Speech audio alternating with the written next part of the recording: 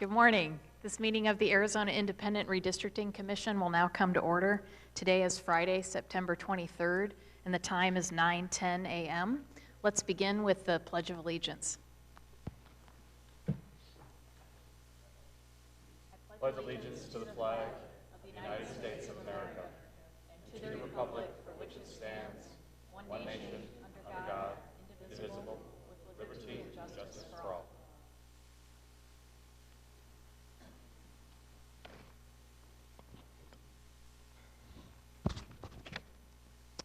I'll start with roll call. Vice Chair Freeman. Here. Vice Chair Herrera. Here. Commissioner McNulty. Here. Commissioner Sturts. Here. We have a quorum. Other folks at the table today, starting down here, we have our court reporter, Marty Herder, who will be transcribing every word that's spoken. Mary O'Grady, our legal counsel, and then our mapping consultant, Ken Strasma and Willie Desmond. And around the room, Christina Gomez is our Deputy Executive Director, and Buck Forst is our Chief Technology Officer, and I think Ray Bladine, our Executive Director, will be coming along shortly. So with that, I think that takes us to item 2 on the agenda, map presentations. And we have I know we have one, I don't know if we'll have 2 today or not, but State Representative Richard Miranda from Arizona Minority Coalition is up first. So we'll want to make sure his presentation's loaded. Thank you very much. I'm glad I'm here first. Richard Miranda, you want me to spell my name? Sure. R-I-C-H-A-R-D, Miranda, M-I-R-A-N-D-A. I'm a state representative. Do you need my address? No. No, okay. I'm here representing the Arizona Minority Coalition, and just for the record, we've been working on these redistricting and maps, in fact, since November of last year, speaking with Department of Justice. Bob Berman's the director there for the Department of Justice Voting Rights Act Department, and so we've kind of prepared ourselves as far as knowing the redistricting process. In fact, I have a handout that we've been giving out at community meetings, and I'm sorry I don't have it, but this is how the redistricting process works. And so we've been having community meetings and talking to folks and making sure they understood. Is that better? And so we've been trying to make people understand what the redistricting process is, because it was an education process for people in our communities. They're not familiar with redistricting, and quite rightly so, because it only comes around every 10 years. I also want to let everyone know that the Arizona Minority Coalition is made up of people, elected, non-elected, community business people, community leaders, and they include from the town of Guadalupe, the mayor, city council, city manager has been involved, all the way across, going west, all the way to the city of Avondale, which would Stephanie Carl, which is on the city council of Avondale. Marie Lopez Rogers is the mayor of Avondale. She's been quite involved in this whole process. It includes the town of Tolleson, the mayor, some of the folks on city council, a few folks, Lupita Hightower, which is superintendent of Tolleson Elementary School District, several other folks there in Tolleson. It also involves some folks in Glendale, Mari Alvarado. She's also very, very much involved with LULAC. LULAC has been at some of our community meetings and been involved. Daniel Nieto, he is president of chapter there, and so that area of Old Glendale has been very much involved. In the Maryvale area, we have Steve Gallardo, we have Harry Garwa, which is on the school board for Isaac School District. We have some other folks, also just trying to recall some of the folks there. But you have myself. I'm actually in Southwest, kind of close to between Tolleson and Avondale and the Maryvale area. I kind of live right in between there.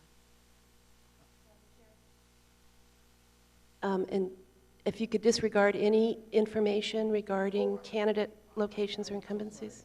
And so that needs to be disregarded. And Okay, I apologize. That was just an accident. I didn't mean to do that.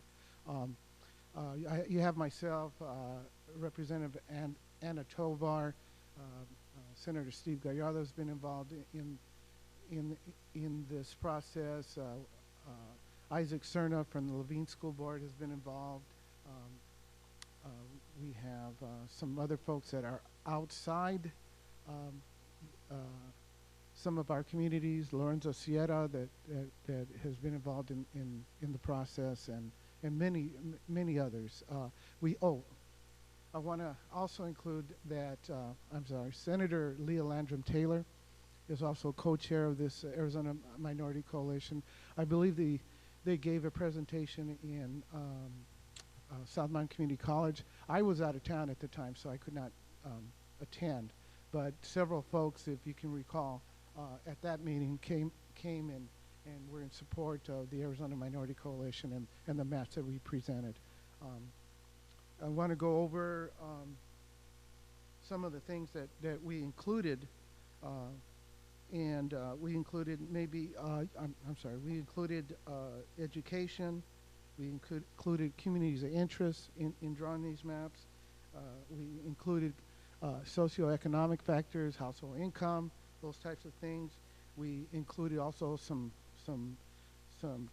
business points that are in these maps that we drew. We have the Cricket Pavilion Mall there. That's a large part of the community out in West Phoenix, and we included also the 51st and Baseline shopping mall that's become an important part of South Phoenix and the Levine area. We included, some of the infrastructure there, major highways, major roads there in these maps. We included historical Glendale, which is largely a Latino community. We have community centers, which we included Glendale Community Center. Several of the parks and community centers in West Phoenix and South Phoenix. We included, some pretty important established businesses. La Perla in Glendale, which has been there for many years. That's part of a. It's sort of like a restaurant where people go and see other folks in the area and talk about things. It's just been there, I want to say, at least 50 years. So that is part of that old Latino neighborhood there in Glendale. We included some infrastructures here. Grand Avenue, which is sort of a dividing line that we used in our maps. We also used some geographical boundaries. We used part of the Salt River to divide some of these maps that we drew. And so anyway, those are some of the things that we took into consideration. We also took in consideration some of the school districts. We took in, for the map in South Phoenix, the district there in South Phoenix, we took in, considered keeping whole Roosevelt School District and the Levine School District. And so when people naturally think of South Phoenix, they think about that entire geographical area. So we did want to make sure that we kept Levine and Roosevelt whole. And there's a large African American community there in South Phoenix. We also, in that boundary, which we did. We stopped at Van Buren. We wanted to include Carter High School because it was the African-American black high school in Phoenix for years before African-Americans were allowed to go into the Phoenix Union High School District. That was an important thing for them, and so that's why we wanted to make sure we include that area just south of Van Buren. And Carter High School, for you folks that don't know, is off of 8th Avenue. So we wanted to make sure that was included. That was important to them, so we wanted to make sure we got that location in our maps. On the west side, we want to make sure we kept Tolleson Elementary whole, Littleton School District whole, and that would be in what I would call the lower half district map on the west side. We have one that's upper. We wanted to make sure that we included parts of Old Avondale. Old Avondale is what is along Buckeye Road, north and south, for about, I would say, all the way up to Van Buren and all the way just a little bit south past the lower Buckeye Road. That community has been there for many, many years. If you talk to Latinos that are familiar with the West Valley, they'll mention Cashin, they'll mention Avondale, Old Avondale, they'll mention Las Ligas, which is that area that is just north of Lower Buckeye, and actually it is south of Lower Buckeye, along from El Mirage Road to Litchfield Road. And so that community there has been there for since I would say 60, 70 years at least. And we want to make sure that we included those communities because it's so similar to the communities that are just west of it. And if those areas were put in areas that are identified such as Goodyear, Litchfield Park, it would disenfranchise those communities there. The whole population, economic and social values and comparisons are so vastly different. It would just be disenfranchising those communities there. So that's why we want to make sure that we kept them with other parts that were similar, like those communities. We also want to make sure we kept Fowler School District, which is in Southwest Phoenix. That's on the lower district map there. That community has been around for a very long time. Santa Maria is another old neighborhood that's been there for many, many years, 50, 60 years. That's off of 67th Avenue and Lower Buckeye Road. That community there's been a lot of growth around it, but it is a large Latino population still. But Santa Maria has been there for many, many years before any construction of new homes was done in the last 10 to 15 years. And so we wanted to make sure we included that area in with population that was quite similar with them. And then we want to make sure that Isaac School District remained whole. Now, I believe there's been some conversation with Isaac School District. They are requesting a letter from the Arizona Minority Coalition so that they can officially approve the map, that this most recent revised map that we have. So we're going to get to doing that. We're also going to try to seek official approval from several of the other school districts. Isaac, well, I mentioned Isaac, Fowler School District, Levine and Roosevelt, Tolleson Elementary, Pendergast, Alhambra, some of those other school districts that are within these boundaries of these three maps. Going to the other district that is just north of Thomas, want to make sure we kept as much of Cartwright School District whole. The entire Pendergast School District is in the upper map, I believe. I believe there may be a small portion that's not, but I don't believe it's a major issue. Pendergast, for all of you know, it's been out there. I believe that school's at least 40 to 50 years old. That started off as a school. The building's quite old. as there was a lot of migrant farm workers that went out there, and myself, because I used to do that when I was younger. All that area was agricultural, but they did have a population base there, and so we want to make sure that Pendergast remained in a community that was similar to what it used to be, and there is a large Latino population in that area. The census, obviously shows that. We want to make sure Alhambra School District remained as whole as it could, and I believe we've done that. There may be a small section east of Grand Avenue that's not in there, but Marie Alvarado is on the Alhambra Elementary School Board as well as being on LULAC, and as well as being a member of the Arizona Minority Coalition, and she's very much support of these maps. And I believe we kept a portion of Glendale Elementary that is in the historical Glendale area. I think that's all that I have for today.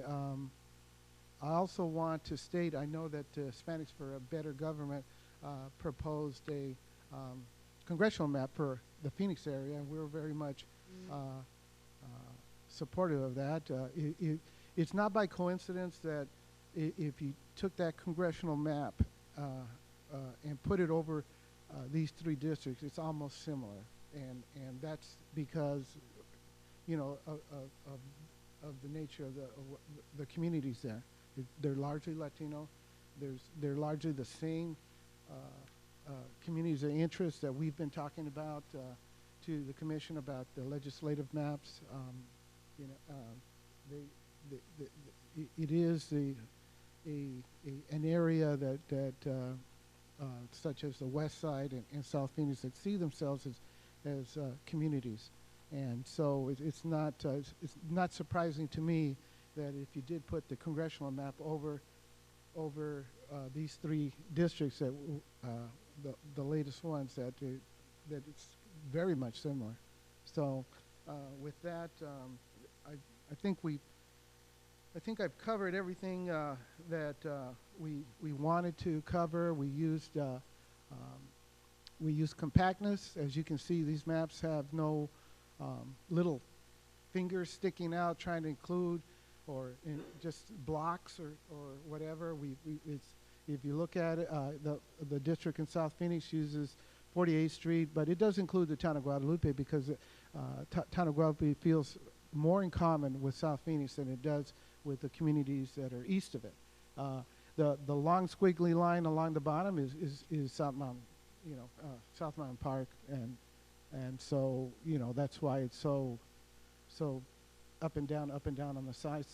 And then it just follows straight up 48th Street, goes across Van Buren, and then goes down because, quite frankly, we needed to make sure that we kept districts of similar population, which is part of the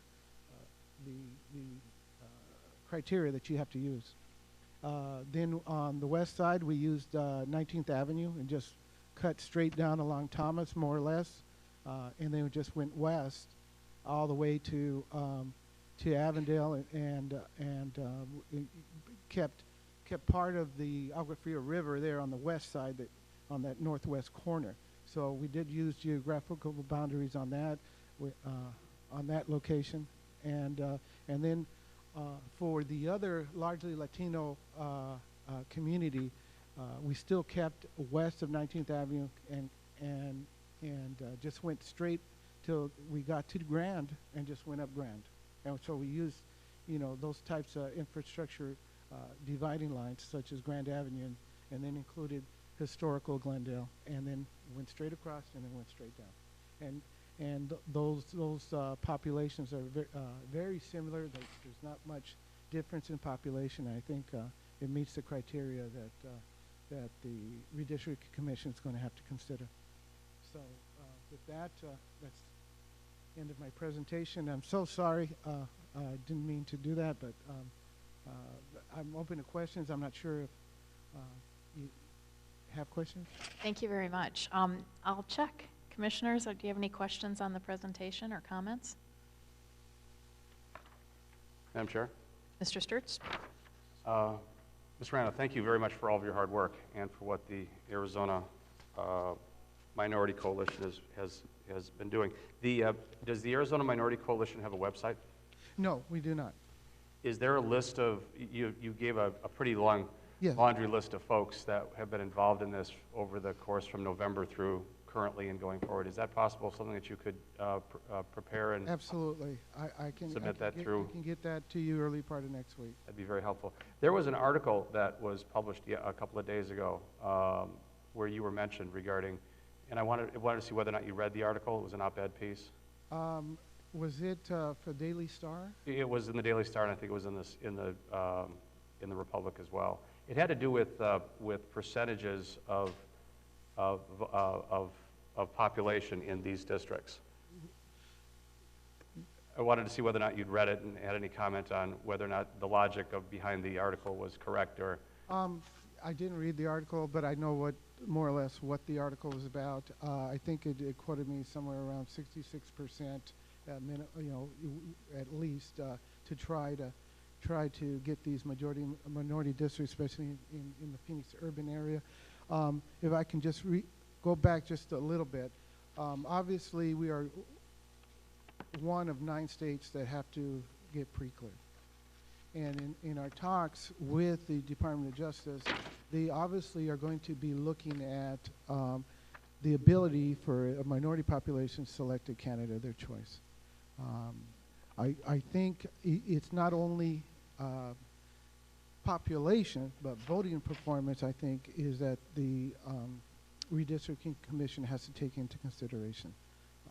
I think if you're looking at 58, 59%, I don't think it's going to get the job done. If you look at the districts that we have now, there's truly only 2 majority-minority districts, and that's District 16 in South Phoenix and District 13, of which I'm from. The minority population has not been able to select candidates of their choice. It's disenfranchised a large Latino population in West Phoenix, and of which Isaac School District is part of.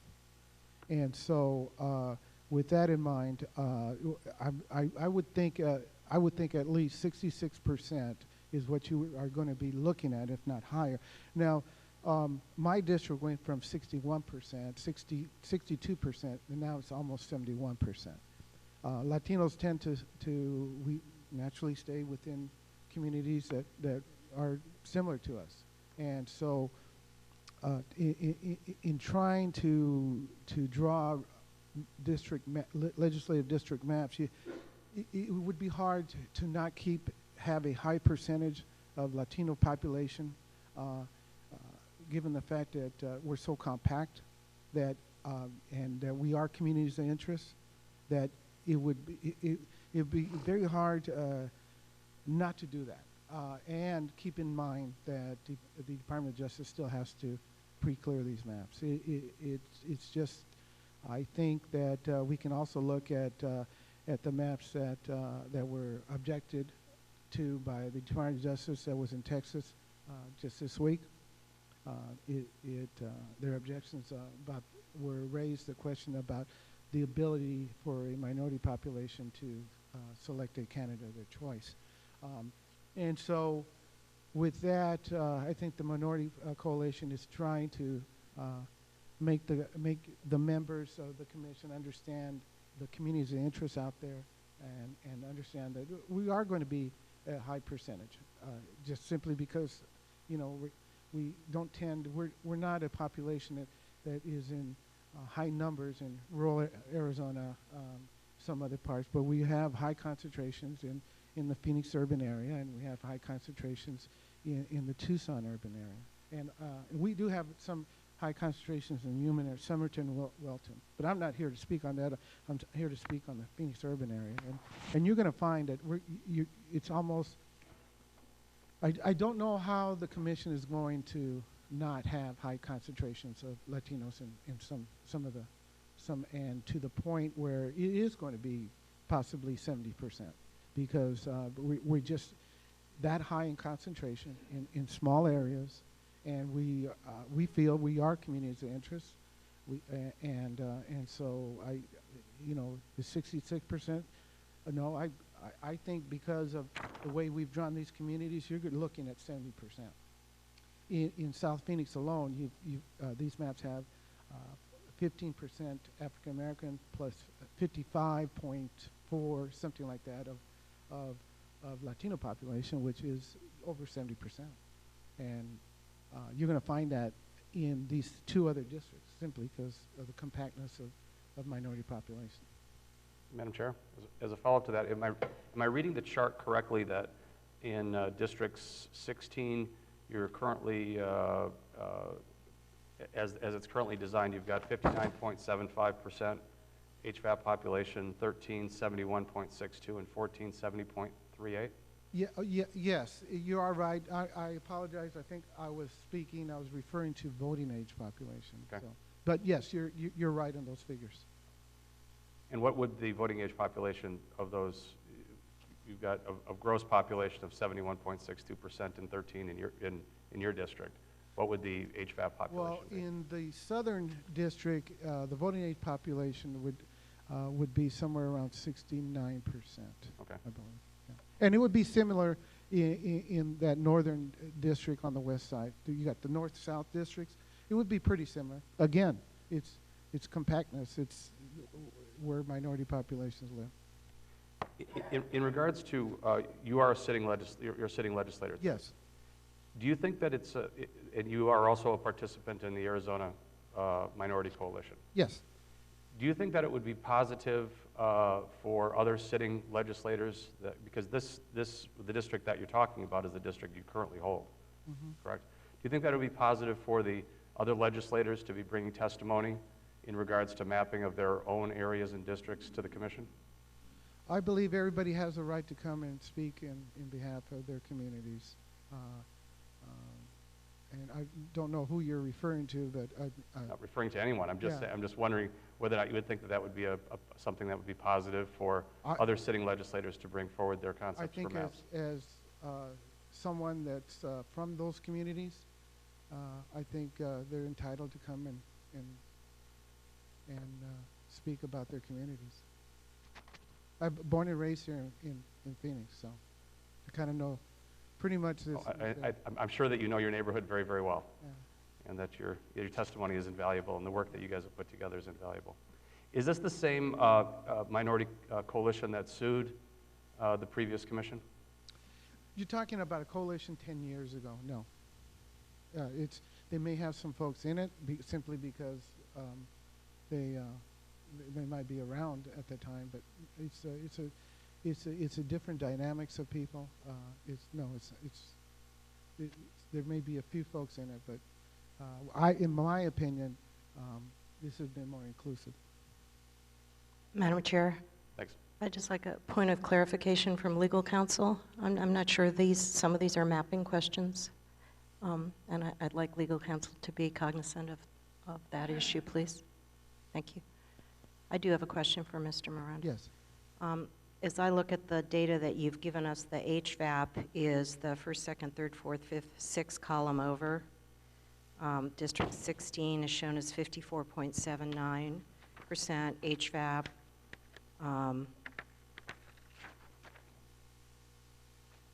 District 13, 67.1. District 14, 64.4. So I think it is. I think you do have I think you have given us the information here. Okay. Do you have any sense of how that relates to the current benchmarks for comparable districts in Arizona? Is that something that you looked at in the analysis? I'm not sure about the current percentage in my community right now, what the Hispanic voting age population is. I would think it's very, very similar. Like I said, my community has increased almost to 71% total Hispanic population. So I think you're going to find the numbers quite the same. Any other questions or comments? Mr. Sturts?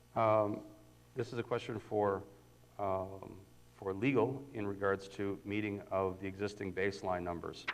In looking at current baseline for District 13, as we've been mapped, it's 68.27%.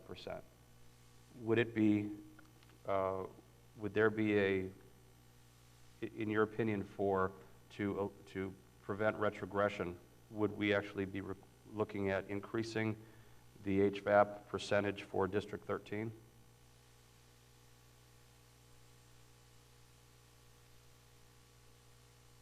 As it's been presented by the coalition? Commissioner Sturts, and this is, just to clarify, your 13 corresponds with the present 13, more or less. And so your 13 is at 67, excuse me. 67.1. 67.1 HVAP, and current 13, if it's the same basic geography, is 68.27 HVAP. And in terms of whether it needs to go up or down to avoid retrogression, again, the general standard that we're meeting is that we have to preserve the opportunity to elect the preferred candidate of choice. And I don't know, sitting here, what that number is going to be to preserve, because again, as we talked yesterday, it requires an analysis of, which voters are in that district and what's the degree of racially polarized voting, what's the turnout. And so I can't tell you sitting here whether that number might be able to go down and still preserve the opportunity to elect, or whether it needs to be increased to preserve the opportunity to elect. And in addition to Hispanic, you look at the coalition voting among the minority voters in the area to do the analysis. And I don't know if the mapping consultants want to supplement those comments at all. If I may, and to that end, if I may direct a question to Representative Miranda, do you know if the file is available electronically of this map? Yes, I did send it in, and I don't have my flash drive today. Beg your pardon? I did send it in. I did email this in, and but I didn't bring my flash drive, because that's what you're asking. Okay. If we can work with you to get a copy electronically to further the analysis. I thought I had, but I will resend it. And if Mr. Desmond needs to clarify? We were wondering if it would be possible to get the shape file or a block equivalency file so that we could load the plan up in I'm not a tech Maptitude. person, but I'll work on it. Okay. Not just the picture, but the actual. Okay. So we could put it on our maps and. Sure. I'll try and get that done by Monday or so. It's Friday. Thank you. Any other questions or comments? Madam Chair, Mr. Freeman? Representative Miranda, thank you for this information and helping us construct these districts. Your group constructed 3 minority majority or so-called benchmark legislative districts. Did you look into creating any other districts in the state, either in Phoenix, Yuma, or Tucson area? We did look at the old East Phoenix area, and old East Phoenix, for those of you that don't know, and I grew up in that area, and it's become, it wasn't heavily Latino, but over the last, I would say, last 25, 30 years, it's become, and we're talking about Creighton School District, we're talking about Phoenix Elementary School District 1, that's Kenilworth and some of the others, but we decided to concentrate on these 3 districts. Are you aware of people, community leaders, people out there who we could reach out to in other parts of the state to help us construct these minority majority? I will certainly try to volunteer in some names. Thank you. So they can come and speak. Thanks. Any other questions or comments? Okay, thank you very much, Thank you very much. Thank you for having me first. Thank you. We actually have a member of the public who would like to comment on this particular presentation, and just to let everyone know, if you would like to comment on this presentation only, you are welcome to do so at this time, but we're only taking comment on this presentation. David Cantelme, Fair Trust from Cave Creek. Madam Chairman, members of the Commission, I'm Dave Cantelme from the town of Cave Creek, representing the Fair Trust. Oh, I'm sorry, let me adjust that. Is that better? I rise to speak in support of the process that Legislator Miranda has gone through in developing these maps. I want to reserve comment on the substance until we can study the numbers. Like Ms. O'Grady, we believe that it's essential to do the comparisons to the benchmarks to make sure that the Latino members of these districts actually can elect the candidate of their choice. And as you all know from earlier presentations, the Department of Justice will focus on not just results, but also on process.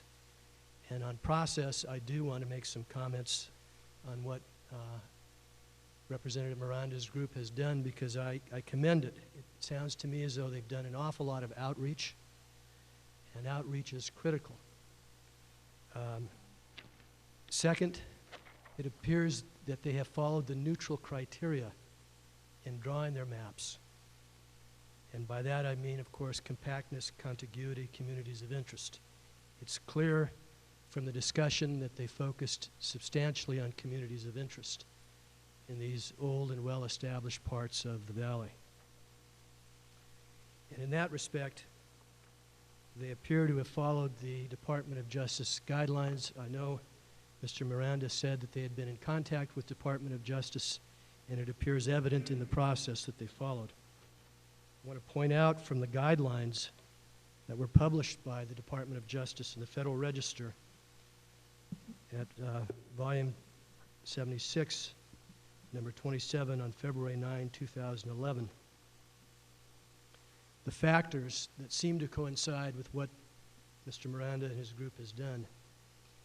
One is to look at, quote, differing rates of electoral participation within discrete portions of a population and how they impact the ability of voters to elect candidates of choice. Second,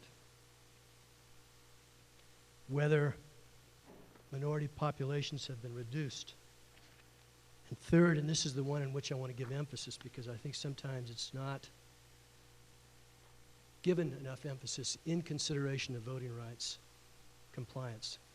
And that is whether the proposed plan, quote, departs from objective redistricting criteria set by the submitting jurisdiction, ignores other relevant factors such as compactness and contiguity, or displays a configuration that inexplicably disregards available natural or artificial boundaries, and whether the plan is inconsistent with the jurisdiction's stated redistricting standards, end quote. And that means, to me, that it is critical that the state constitution's neutral criteria be followed, as well as an analysis of benchmarks and ability to elect and all the rest of that, because process matters to DOJ as well as actual results. And in that respect, I think Mr. Miranda's group has done quite well, and I do rise in support of it. Again, reserving comment on the actual results till we've had a chance to study the numbers. Thank you. Okay, I think that's our only comment that we had on that presentation, and I don't know if there's any other presentations to give. Is that right? Okay. So that takes us to item 3 on the agenda. And I'm just looking ahead to also see what we have. Okay. So review, discussion, and direction of mapping consultant regarding ideas for possible adjustments to congressional grid map based on constitutional criteria. So it seems like we were only together a short time ago, and I'm not sure how much our mapping consultant had time to do any additional mapping for us. I do not have any additional congressional since yesterday. I spent several hours working on some of the legislative things. Unfortunately, I don't have a finished product yet there because there was a lot of changes to do to the legislative. I guess, you know, what we could do for congressional is either review some of the previous plans You know, I'd be happy to work through anything that anyone might be curious of right now, or we could go and take a look at some of the legislative stuff too. And I guess I would just like to say that for next week we've been talking and just to handle the capacity and you know, for the pace that we're planning on going next week. I think our tentative plan is to continue with me doing all the mapping, just as I've kind of learned how these things have progressed, and it makes sense to try to keep that consistent.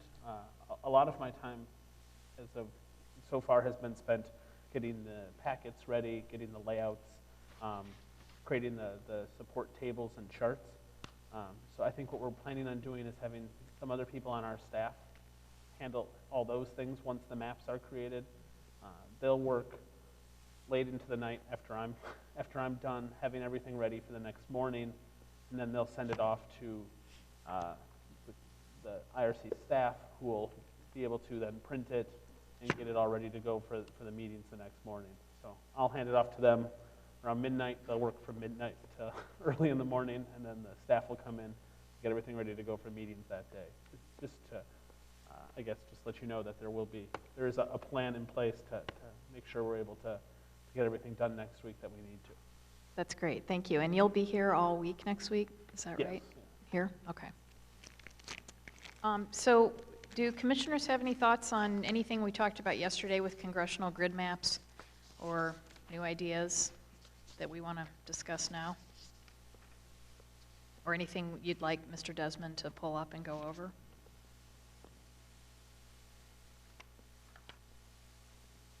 Madam Chair, I don't at this time. I think it's important that he have the time to pull these maps together for us. Right. I see many heads nodding in agreement. Okay. So, and given that legislative, I know you've gotten direction from some commissioners, and you're working hard on those, and there's a lot to do on those since we've... My process so far has been to just work on them in the order in which they were requested. So as a result, I've been working on some changes that Commissioner Freeman had asked for. I made a lot of progress on that, but we're just not quite there in some of the Maricopa districts. So if you'd like to see where it is in progress, we could do that. If not, I understand the directions going forward, and it might be better just to look at it once it's completed so as not to confuse anyone with kind of a halfway done plan. Particularly me.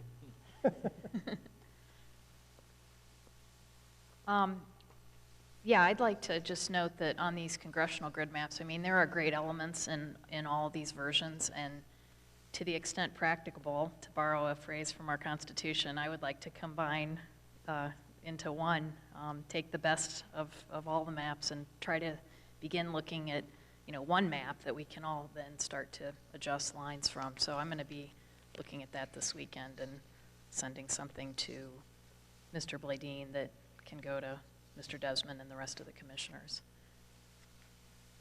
Okay, on that, is there anything else then on agenda items 3 and 4 that anyone wants to raise at this time?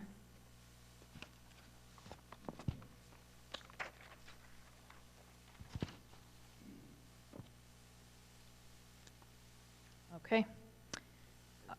Yeah, it's lunchtime. No. It's 9:54, so we're early for lunch. Executive Director's Report, is Mr. Bladine around? I bet he's right outside the door. We'll need him to do that, and then also the future meetings and agenda items. I could ask council, is there any update on the Attorney General inquiry? Okay.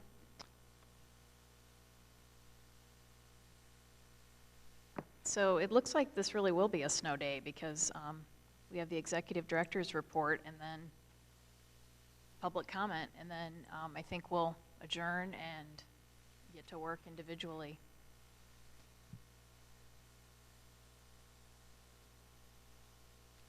Sorry, I was out there catching up on email. No problem. Excuse me.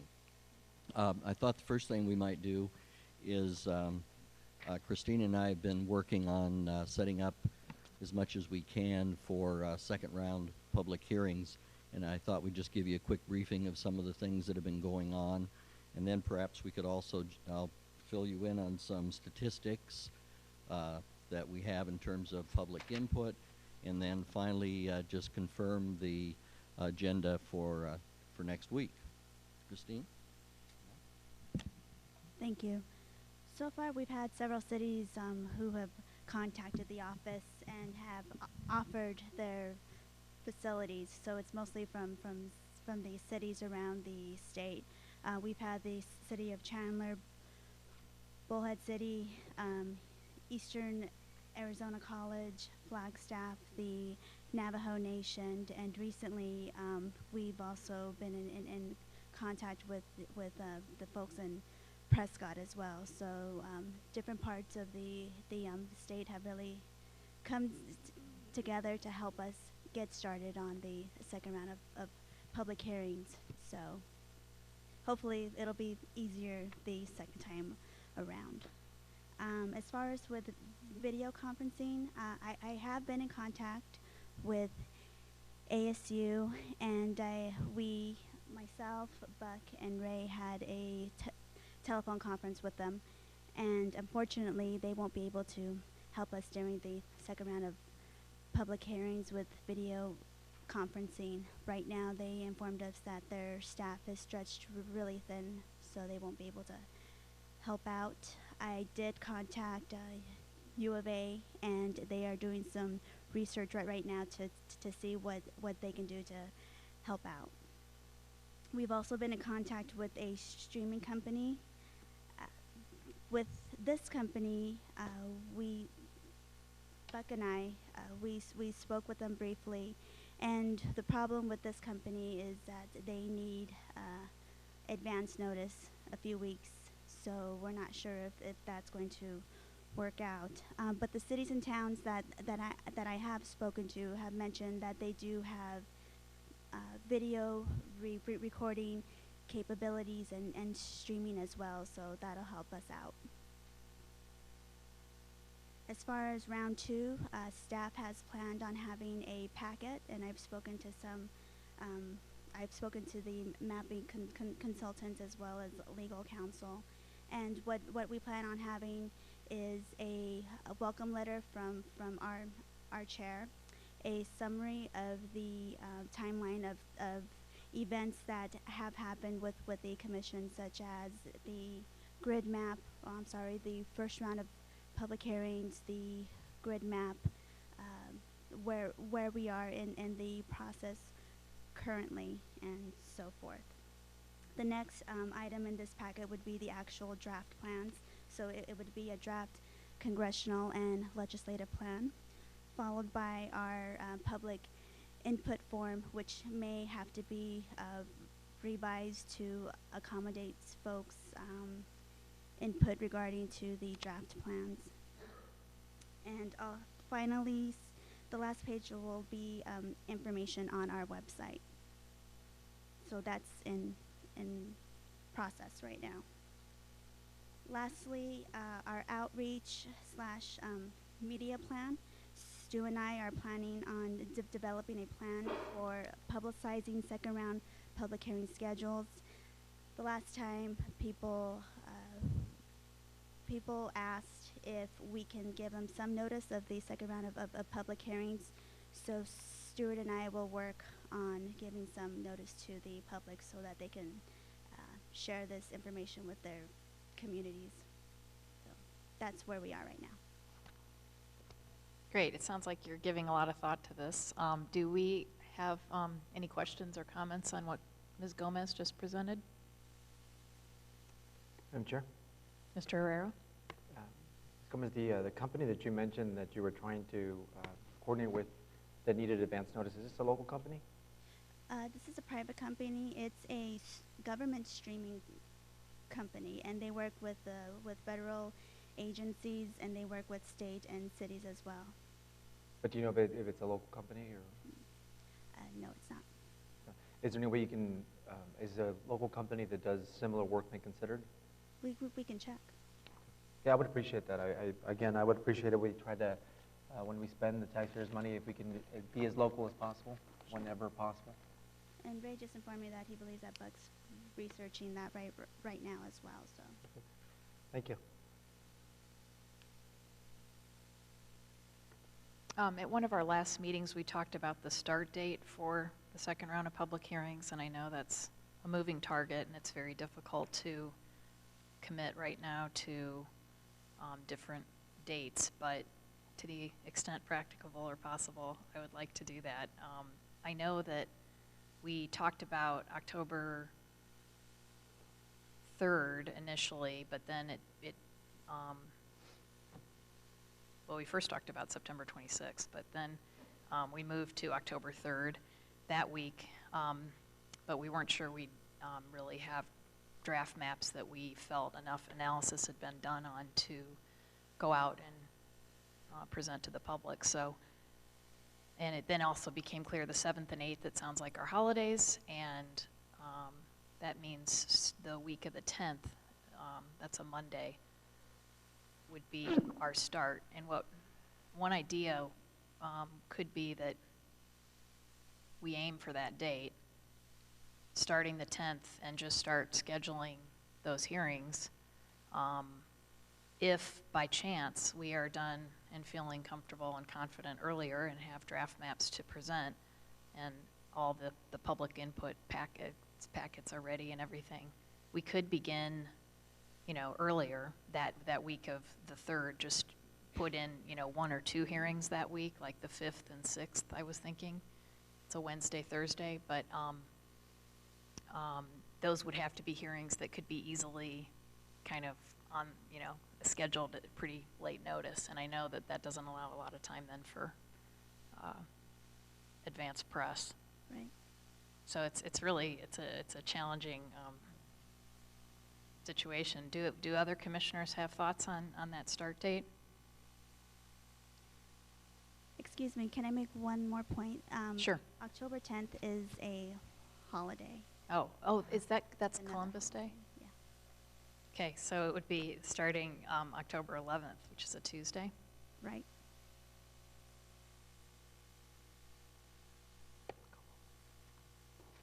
And by the way, I don't know if I wanted to raise this, if other commissioners saw this. I think Mr. Dreschler sent around a revised timeline, because if we are going to push it back this far, that obviously affects the timeline for completion.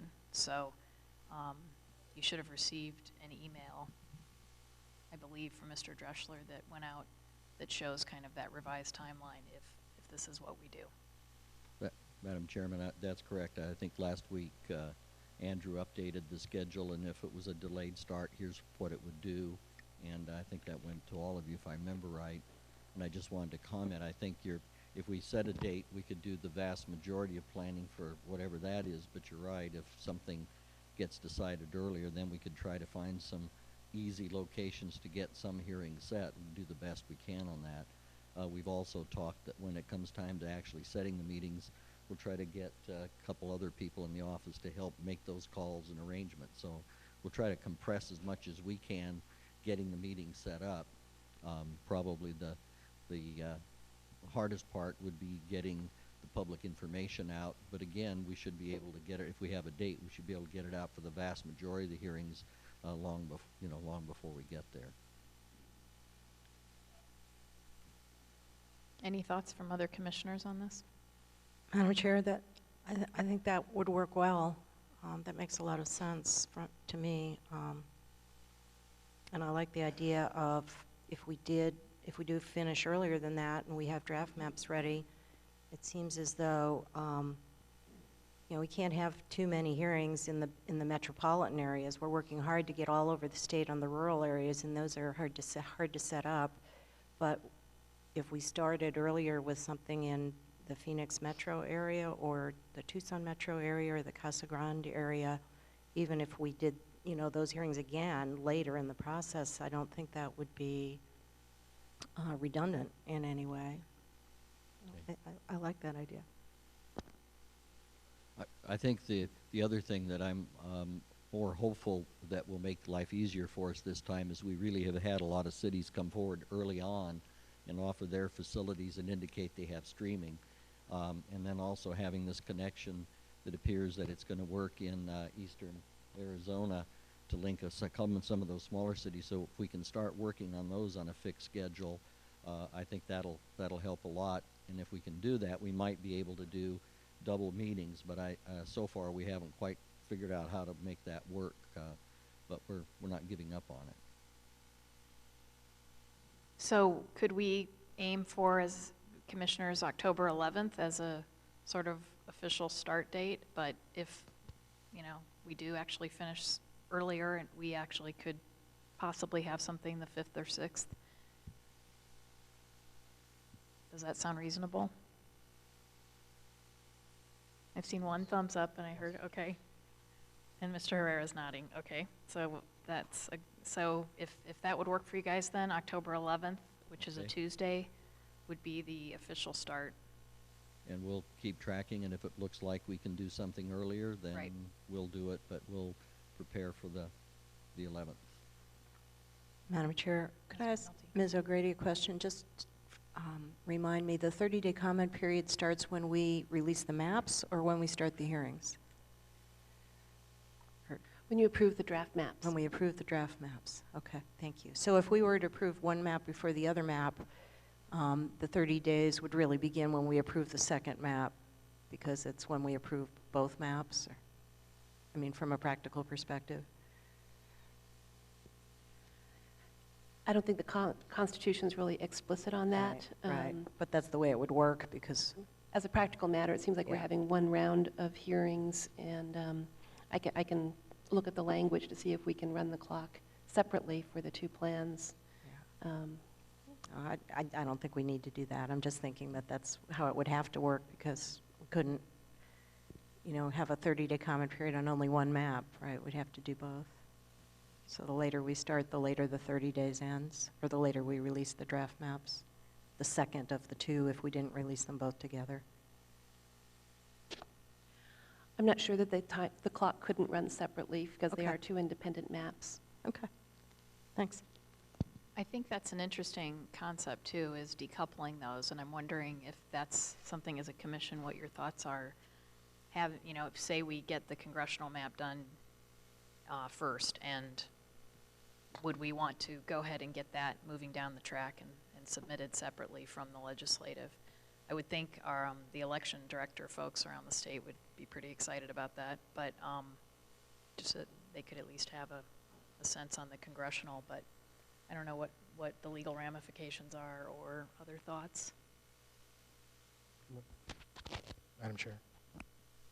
Sounds like a good idea, but I do think we need to look at the constitutional language. If it says 30 days runs after the publication of the draft maps, and if it's plural, to me that means both maps. But if the language is a little different, and it can be interpreted different ways, then maybe we can do that. So maybe legal counsel can advise their thoughts. Sure, and even if the 30-day, and I didn't have the language in front of me, if it says draft maps, then it does sound like we need to run it once. But even if the 30-day comment is simultaneous, you can certainly approve them after the 30-day comment on a different timeline. If you're done with congressional, you could approve it. We could, get that pre-clearance going, and then you can continue to work on legislative. Okay, any other comments or questions on that, or for the executive director? Well, he has other items I think he'd like to present. Madam Chair? Mr. Sturts. The clock ticking on the 30 days, it's an interesting concept, but from the public's perspective, we may be having, we may be setting ourselves up for having a public hearing, receiving public comment, and only having one map actually produced and approved. And I'd hate to begin that and then omit the first group of public hearings from being able to have any public comment at that location about whatever the map that wasn't approved at the time. Well, my thinking was that we'd have the two draft maps for sure that would go out to the second round of public hearing locations around the state, and people could comment on them. I just was wondering after that, depending on how much adjustments and input we receive and what we decide we want to do to those draft maps, if it seemed like the congressional one was somehow able to move forward sooner, and I'm only saying that just because there's 9 congressional districts versus 30, that it might be a simpler proposition, and maybe that one could get sent out the door sooner, but I didn't know if that was. But your intent would be, Madam Chair, to not begin public comment until both draft maps were Right. approved? Correct. Okay. Just as a point of clarification, thank you. And Madam Chair, I do have the constitutional language in front of me now. It says the Independent Redistricting Commission shall advertise a draft map of congressional districts and a draft map of legislative districts to the public for comment, which comment shall be taken for at least 30 days. And then it has some language about the legislature being able to submit comments during that period, and that the comments would then be considered by the commission. The Redistricting Commission shall then establish final district boundaries. So it seems to talk about does talk about separate maps, but particularly when you look at it in light of the legislature's comment period, it talks about a single comment period during which the legislature can comment. Okay. Okay. Any other comments? And then otherwise, Mr. Bladeen, you could continue with your executive director report. All right. I thought I'd, as you've requested to be updated on public input, I'd give you a quick update, and then I'll get the material that I have here put in a short memo so that you can all look at it and have it available. From the electronic media, 182 people like us on Facebook. 207 are fans and non-fans, so 207 people have visited us from August 20th to September 18th. So I guess if you subtract 182 from 207, I don't think I want to know that number. 93 people follow us on Twitter, and we've tweeted 175 items to date. Online mapping, 115 online mapping users. One online mapping user submitted a plan to date. 89 people registered for the webinar. I have that there were 50 webinar participants. For outreach activity, 479 people have signed in to your commission meetings or public hearings to date. 181 have completed the request to speak form. 85 have completed a public input form, and 2,100 people have submitted public written comment as of September 15th.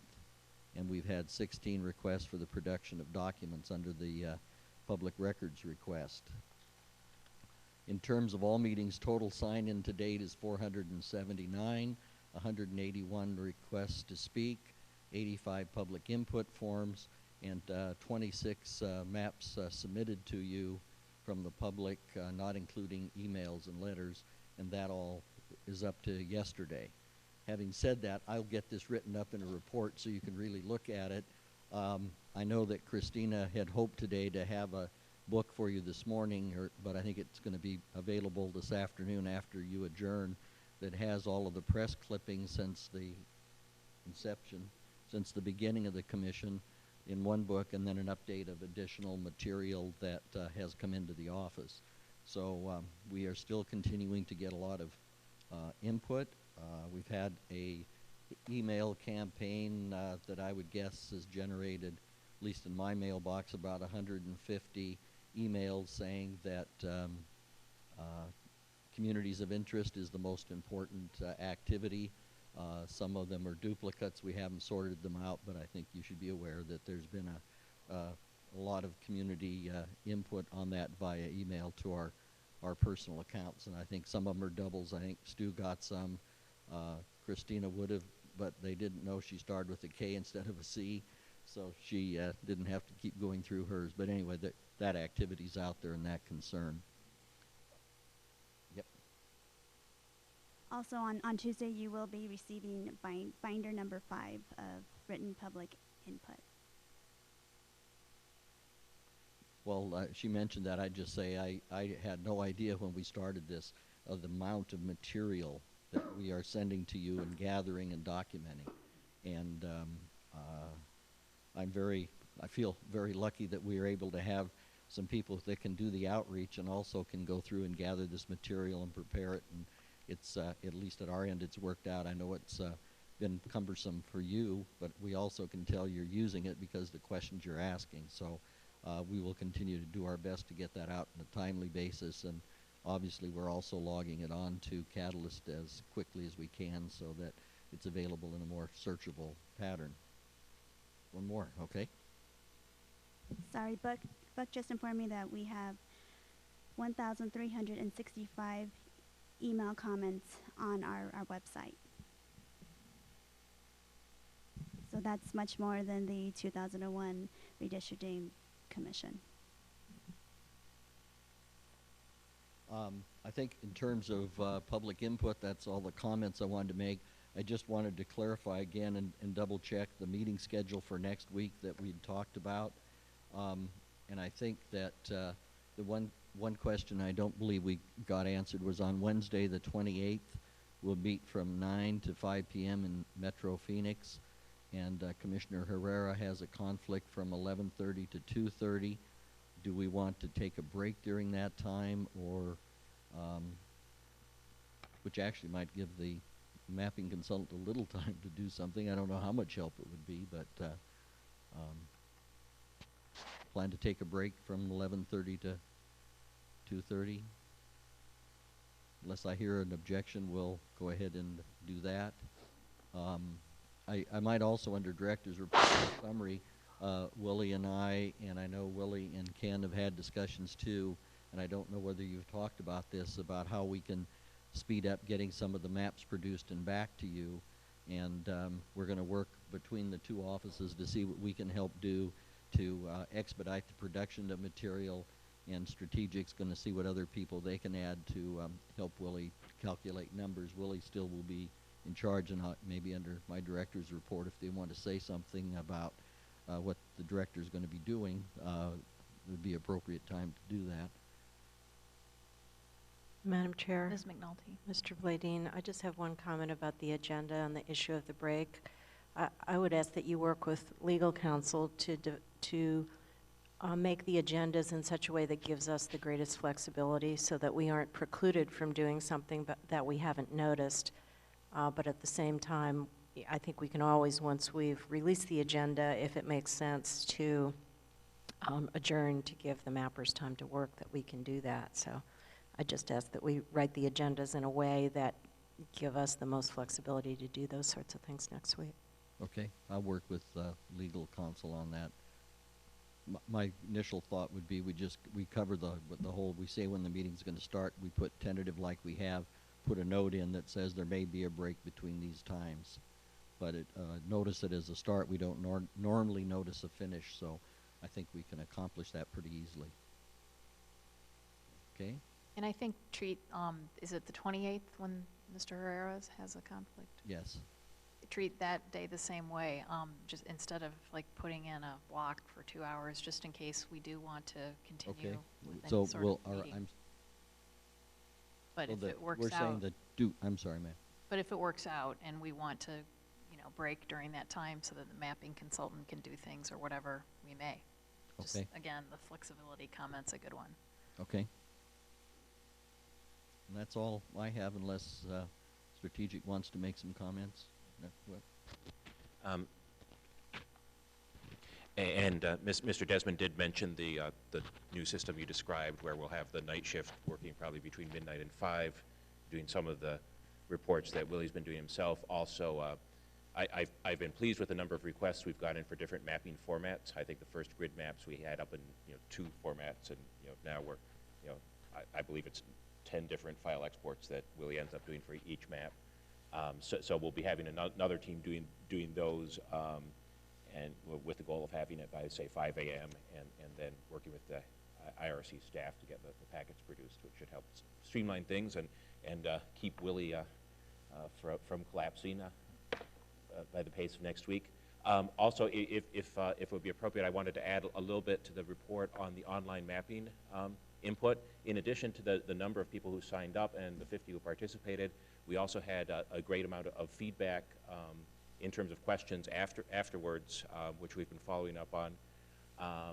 The two most common questions that came up were questions of the measures of competitiveness, and our answer on that was basically that the commission has not adopted an official standard, but everything the commission was looking at, we would endeavor to make available on the website. Right now, electoral results are up. Registration is not, but we'll be adding the registration data, so that's available online. The second most frequently asked question was about the ability to upload maps that users have made in other software, which is a very good suggestion. That apparently is not a user feature right now in Maptitude, so we're have folks researching a workaround for that now so that people can upload their external maps. Great. Isn't there a song, Midnight to 6? Because maybe it should be 6 instead of 5. Then Willie gets an extra hour. Thank you. I'm glad that you guys have been able to figure out a way to make this work next week, because I know it's crunch time. That's all I can offer, but if there's questions, I'd be glad to try to answer anything. Any questions? Madam Chair? Mr. Sturts? Ms. Bladine, how are we doing on the budget? I did send some material to all of you last week, and basically I think I can give a summary that it looks like our balance would be somewhere around $420,000, anticipating the additional fees for Mr. King and anticipating additional legal fees. I'll be looking at, as I do every month. I talked to Megan Darien about it a little bit now, and she's going to help us go over the detail and make sure we still look good. But at this point, depending upon what else happens, I think we're still in good financial shape. Do you think that you'll be able to have something documented and distributed by early next week with some of the statistics you just included? I think I did give you that, but I'll resend it out at the last meeting. Was that might have been when Mr. Sturts was away. Did we have that discussion then? Yes, we did. That's probably the problem. But why don't I give you a call, and then we'll get, my next cycle is going to be just after the 1st of September when we had new figures, but I'll be glad to give you a call and talk about the last report sent out. Perfect, thank you. Okay. Any other questions, comments? Thank you, Mr. Bladine. Thank you, Ms. Gomez. That takes us to item 9 on the agenda, call for public comment, and I have a few requests to speak forms. Oh, okay. Yeah, let's take a 10-minute break. The time is 10:23. Okay, recess is over. We'll enter back into public session. The time is 10:35 in the morning, and we are on agenda item 9, call for public comment, and I have a few requests to speak forms. Our first speaker is Danny Sullivan, representing Self, and he'll have to tell us what city or county he's from. Thank you very much. I am Danny Sullivan. I live in North Phoenix, and I'm in the Moon Valley area, which is along 7th Street, a little bit south of the 101 loop freeway. And I want to talk about a couple of things. Communities of interest is a huge item. I've got friends and business clients in the Anthem area. And in talking to them, and I know how I feel, there's a great deal of concern in regard to having somehow Anthem being separated from North Phoenix. There's a lot of personal relationships. There's a tremendous amount of commerce back and forth. When I have suffered through the widening, the dramatic widening of I-17 to go from North Phoenix up to Anthem over the last year or so, it's become very clear they didn't widen I-17 so everybody could go to Rock Springs and get some pie. They did it for Anthem. And there's a lot of commuter traffic. There's a lot of just daily driving back and forth because there are so many relationships, business and personal, between North Phoenix and the Anthem area. So I really want to stress that's, you know, Anthem is a huge community of interest. In regard to the 101 possibly being some sort of a congressional district boundary on the north side. I want to point out some things that I've discovered. Other districts and other areas that cover both the north and south side of the 101. The Deer Valley Unified School District has almost 35,000 students.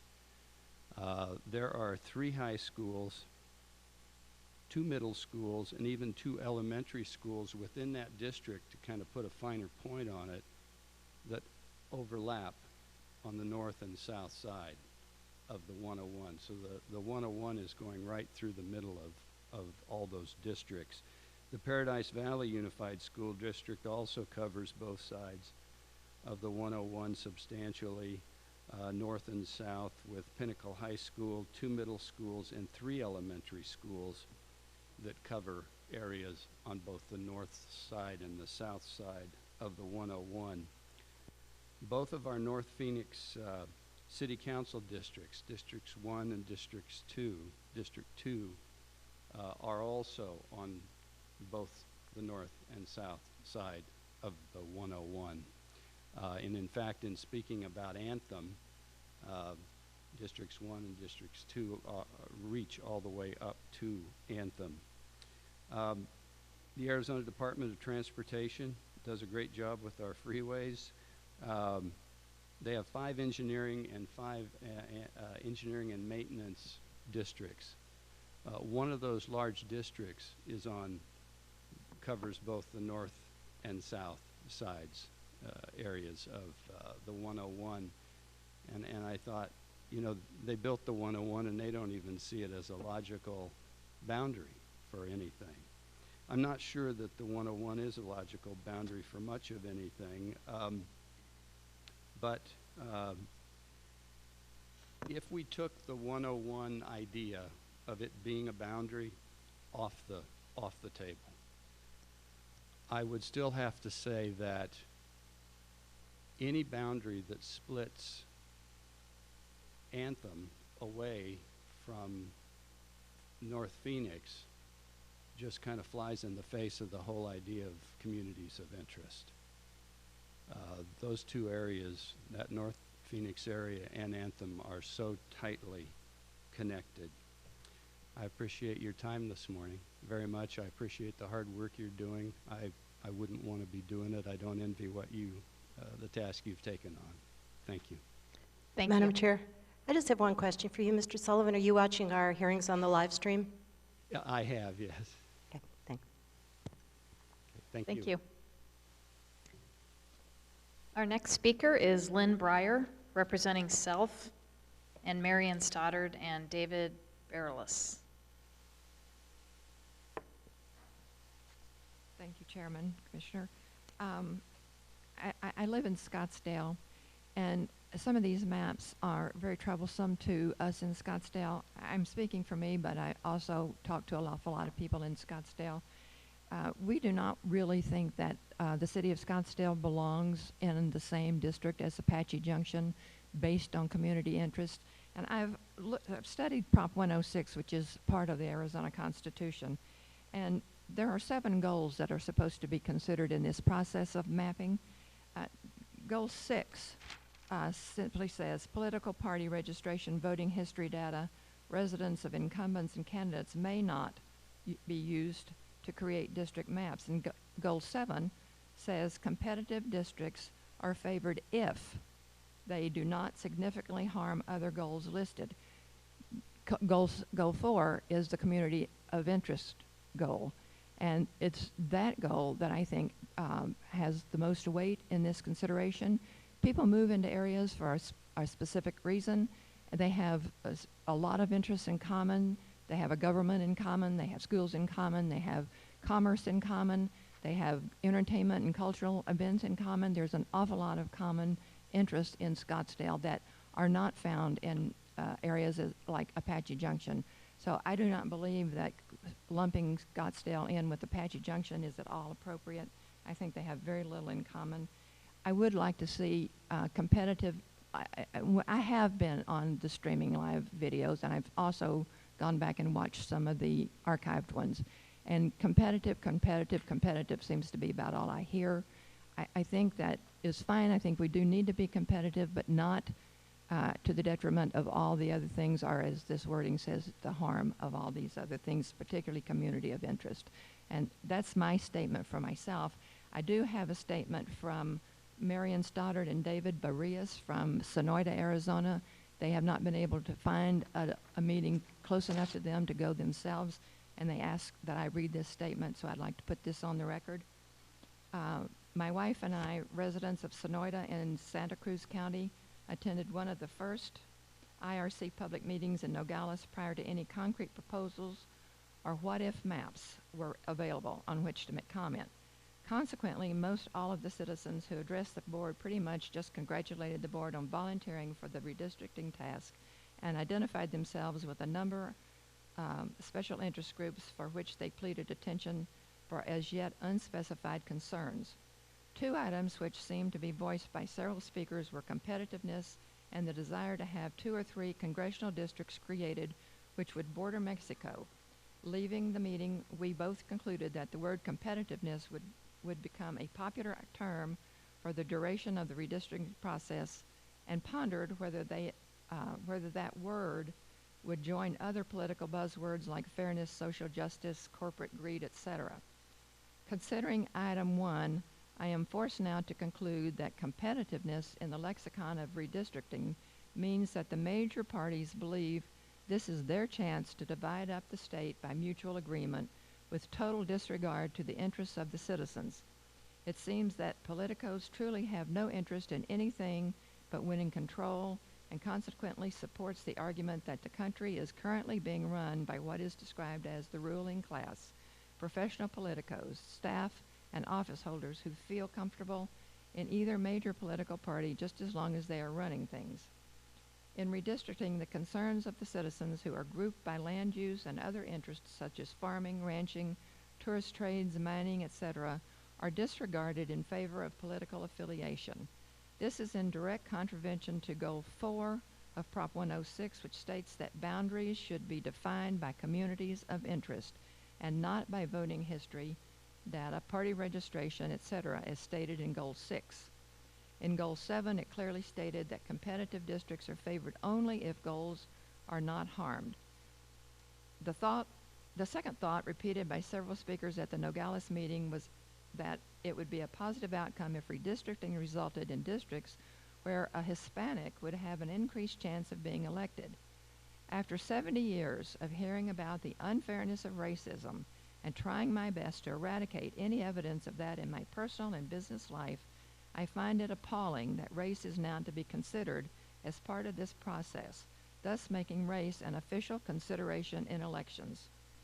Lastly, and specifically in regard to Santa Cruz County, many of the what-if maps show the entire Santa Cruz County included in one congressional district. I would like to point out that Santa Cruz is definitely not one contiguous flat piece of land containing a homogeneous population with the same interests. Santa Cruz is geographically divided by the ridge of the Santa Rita Mountains. To the west and south lie Nogales and the I-19 corridor running up toward Tucson. This area is generally below 4,000 feet elevation. It's metropolitan, paved, populated, and beset with all the problems that cities and suburbs seem to have. The Sonoyta-Elgin area to the east and north of the Santa Ritas is at 5,000 feet or higher, rural with ranches, wineries, and generous tracts of federal land. There are only 3 major paved roads of any length, no stoplights, and a single fire district serving a few thousand people spread over 350 square miles. In short, the Sonoyta-Elgin area is a community of interest decidedly different than the south and west of Santa Cruz County, and more properly fits with the citizens of Whetstone and Sierra Vista in Cochise County. This is no more evidently apparent than in the stated desire of many residents to push for secession from Santa Cruz and joining Cochise County. And that concludes the remarks of Mr. Barrias. Thank you very much. Thank you. Ms. Breyer, do you mind spelling your name for the record? Sorry. My name is spelled B-R-E-Y-E-R, just like the ice cream. Thank you. Our next speaker is Lauren Bernali Long, Policy Analyst for Navajo Nation Human Rights Commission from Window Rock.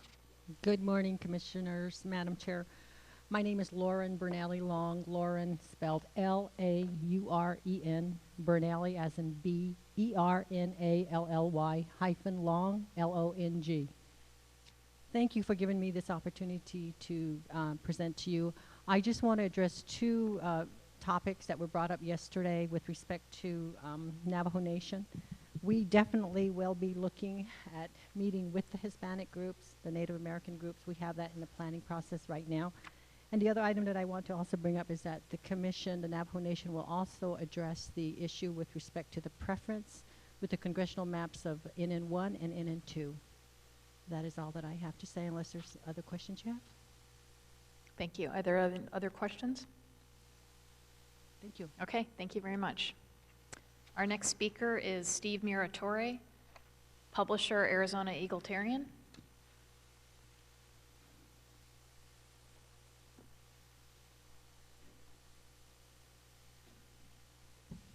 Thank you, Madam Chairman, Commissioners.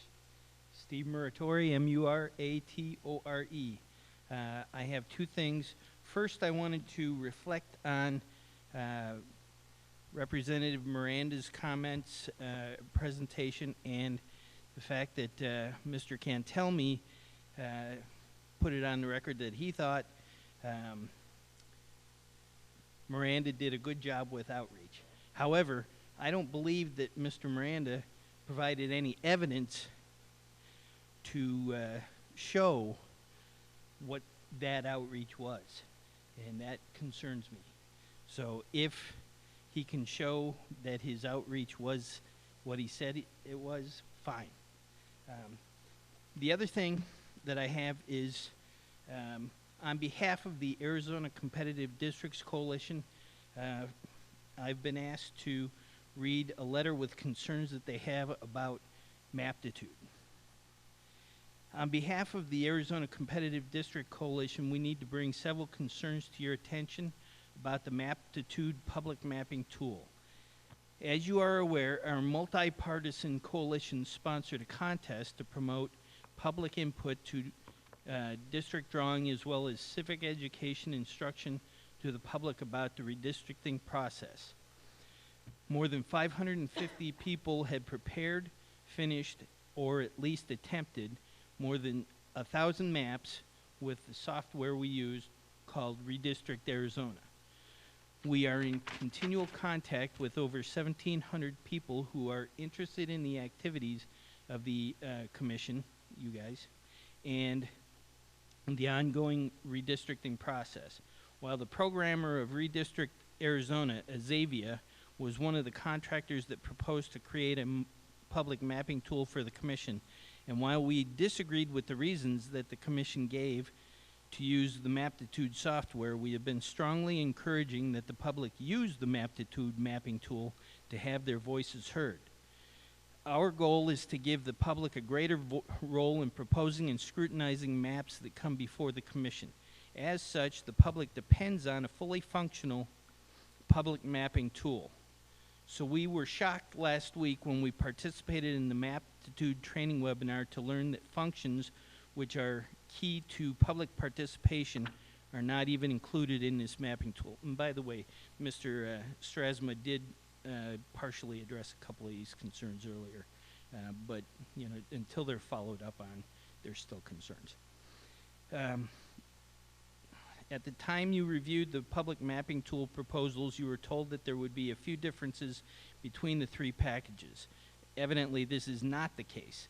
We are requesting that the Commission take immediate steps to make sure that Maptitude resolves these problems as soon as possible. Specifically, these problems include the following. Number one, there is no way for people who have been working on maps to upload maps. This denies those who have proposed or who have developed maps to continue their work on the new tool.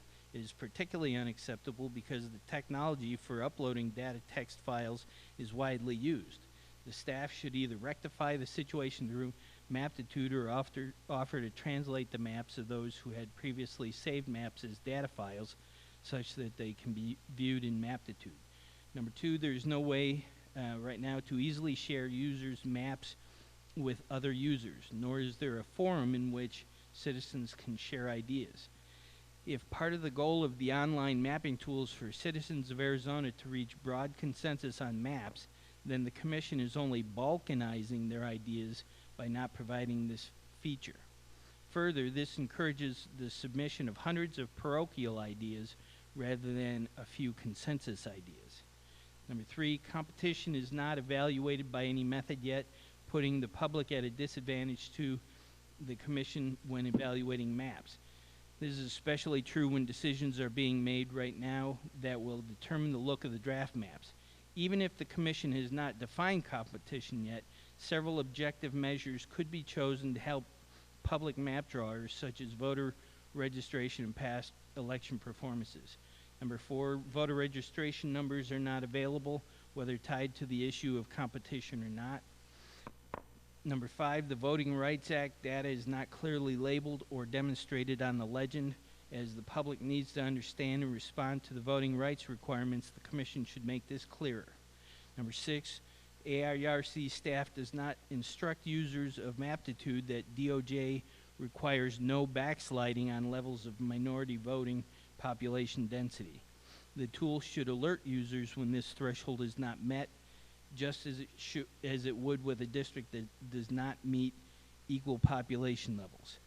We as taxpayers, through our budget for the AIRC, paid $30,000 more for this software than even the next most expensive software. While Redistrict Arizona included all of the features listed above at the lowest price, it is not our intention to argue a reconsideration of the contract. However, it is imperative that the Commission instruct its staff to provide these basic features so that the Commission's online mapping tool can do what it was intended to do, allow public participation. And it's signed by co-chairs Roberta Voss and Ken Clark, and Dr. Barbara Klein, who's president of the League of Women Voters of Arizona. Thank you. Thank you. Our next speaker is Lee Miller, General Counsel for Arizona Republican Party.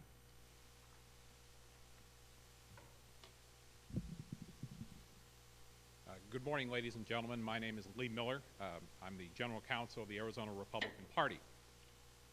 Some have come before you and asked that you qualify or filter the comments of others because they perceive that there's some untoward political motivation behind those comments.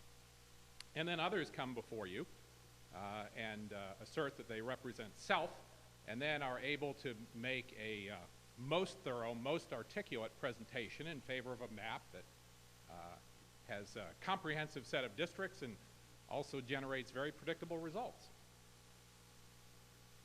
On behalf of the Arizona Republican Party, I merely wanted to take a moment and let you know that as a party, when folks come to us for counsel on redistricting issues, and they do every day, we ask them to come to you, but come to you with two objectives in mind. The first is to simply make comments that are reflective of the legal criteria for drawing the districts, but also to be open and clear about the motivations that they have in advocating for or against particular maps. You may not hear from anyone on behalf of the Arizona Republican Party before the end of this process ever again, because our perspective is that while our work and your work are very closely aligned, they run in parallel, and in fact our interests don't cross. But since I may not be before you again, let me thank you for committing the extraordinary amount of time that it takes to let anyone come before you and speak their piece, no matter what their motivations. Again, thanks for your service. Thank you. Our next speaker is Wes Harris, PC Captain, LD 6-28, from Phoenix.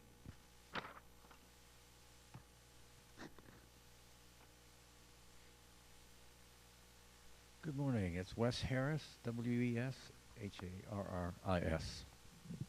Get this up a little closer so you can hear me. I was not going to speak today until I observed the Minority Arizona Coalition report, and it prompted me to remind you again about some of the things I've talked about earlier. Before I do that, though, I would agree with Commissioner Stantz about elected LD officials coming before this court or this commission to give their ideas without being self-serving.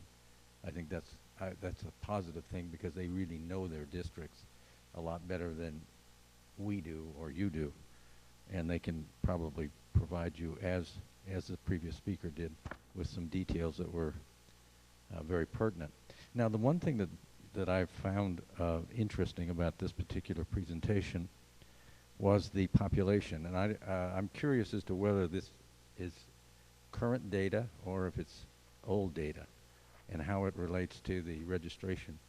I think that data needs to be given in order to make sense out of this. But what's frightening about it, from my point of view, and that's the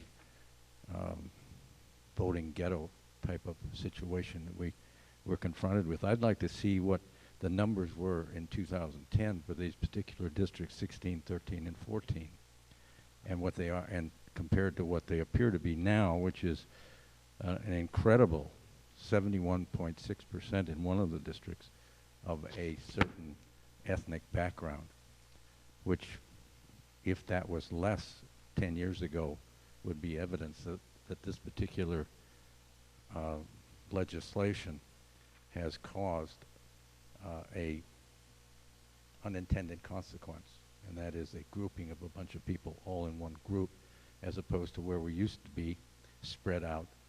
We become a salad bowl now rather than a melting pot. And I would urge you to look at that. And I don't know what the rules are specifically, but my understanding of the voting rights issue is that you can't decrease what it was, but certainly if it was initially a district that had 52%, you wouldn't want it to be gerrymandered into 70%. And so you would try to maintain that previous percentage so that we don't create these situations where the people who are in minority now, if you look at the statistics here, we've got non-Hispanics, which I think this is NH black. Is that not black? I don't know what that means, but we got 31,000 compared to 127,000 Hispanics in District 16.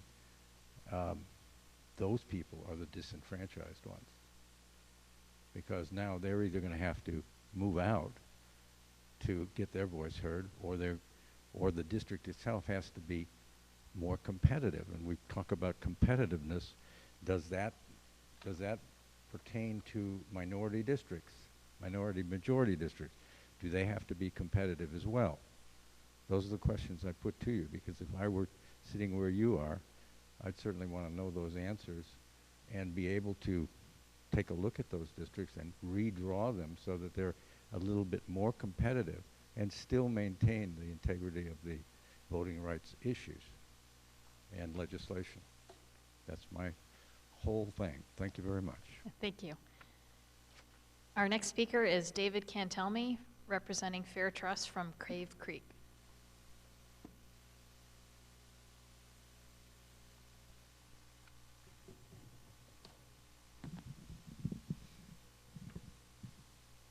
Thank you, Madam Chair, and members of the Commission, for the opportunity to speak to you twice today. It seems as though chronologically we're getting to the point now where you're going to have a very eventful weekend filled with homework in which you're going to try to reach a compromise, if possible, among what seems to be the two predominant versions of the congressional maps. And so in that respect, I would like to give you a few recommendations, if I might. One will be a recommendation on an approach, and the other will be some specifics. And for that, approach, I have been trying to think of what is a good way to really listen to each other and try to reach a compromise. And in doing that, and of course the compromise must comply with the state constitution, I was reminded of a speech that was given by Learned Hand. You might recall that Learned Hand was the chief judge of the Second Circuit Court of Appeals for the United States. And he gave this speech in May of 1944, just before D-Day. And the occasion of the speech was the swearing in of 150,000 people in New York City as new citizens of the United States. And on that occasion, the Second Circuit took its duty very, very seriously and tried to have one of the members of its court always attend and actually conduct the swearing-in ceremony, and it was held in Central Park. So with that setting up, let me read to you just an excerpt. It's brief, but it's really one that's very inspiring, and I hope it inspires you as it has me. Quote, "What then is the spirit of liberty? I cannot define it. I can only tell you my own faith. The spirit of liberty is the spirit which is not too sure that it is right. The spirit of liberty is the spirit which seeks to understand the minds of other men and women.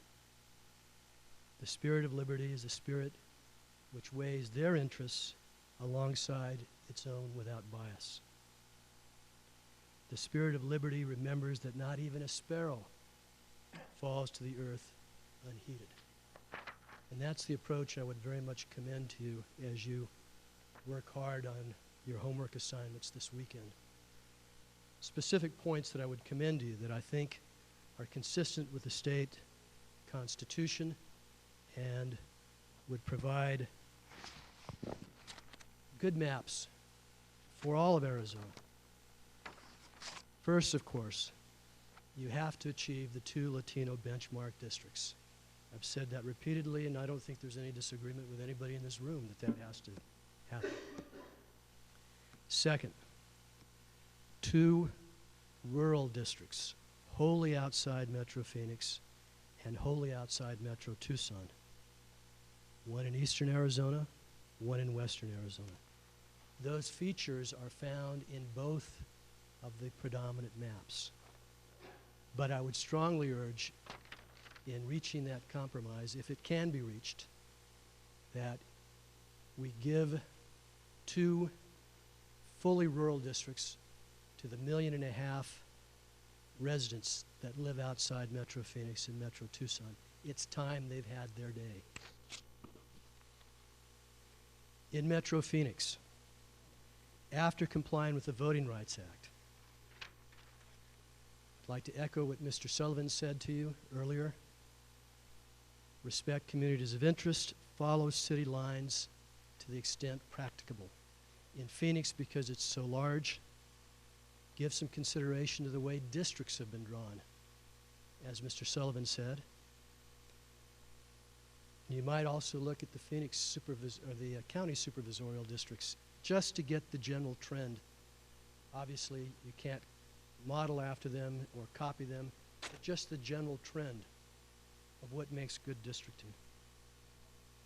And the fourth point I'd like to make to you, please keep in mind the growth of the number of independents and their effect on competitiveness. It's not the same situation we had 10 years ago when we didn't have as many independents. The experience of the last 3 elections has shown us that districts that were once thought competitive or non-competitive, in fact, turned out to be very competitive, in which we've had one party win in 2006, another party later on, or vice versa. The reason for those swings back and forth, I think, can be laid right at the doorstep of the independents. And their numbers, to me, suggest that drawing the band too tightly doesn't make sense. It may have made sense 10 years ago. It doesn't make sense now. Thank you so much. Thank you. Our next speaker is Janet Regner, consultant for Coconino County Board.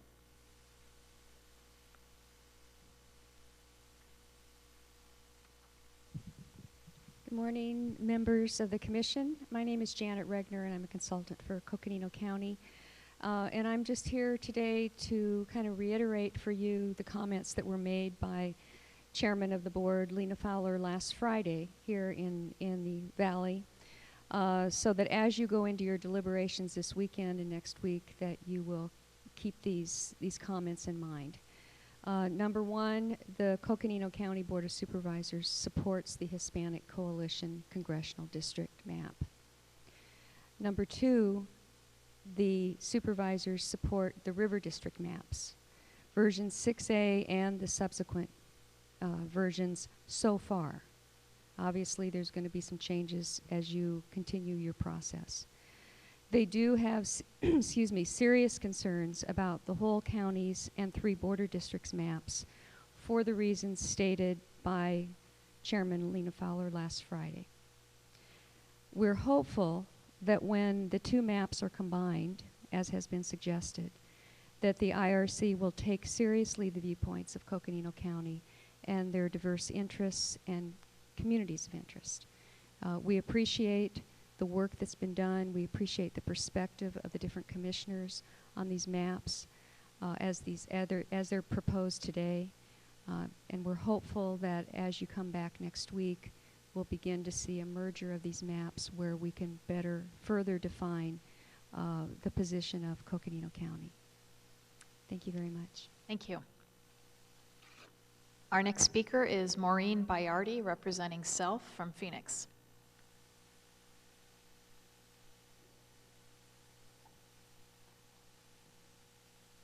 Good morning. My name is Maureen Bayardi, M-A-U-R-E-E-N, Bayardi, B-A-Y-A-R-D-I. And I am reiterating what Mr. Sullivan said earlier regarding the 101 as a boundary. And I couldn't agree with him more. I live just south of the 101, but many of the activities that I participate in, meetings that I attend, are north of the 101. We have friends in the 101 that we visit with, and I feel that dividing us like that is basically splitting two communities of interest. You're just totally splitting us, and I think that's irresponsible. Also, being a citizen of Phoenix District Council District 1, it spreads all the way north to Anthem.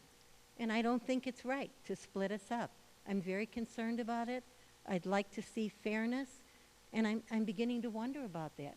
So I'd like you to seriously take into consideration this business of using 101 as a boundary. I think it's irresponsible and unacceptable. Thank you. Thank you. I have no more requests to speak forms, so I believe that will conclude public comment. Thank you all for coming and giving us your input today. That leaves one item on the agenda, which is adjournment. So I will declare this meeting adjourned. It's 11:11 a.m. Thank you.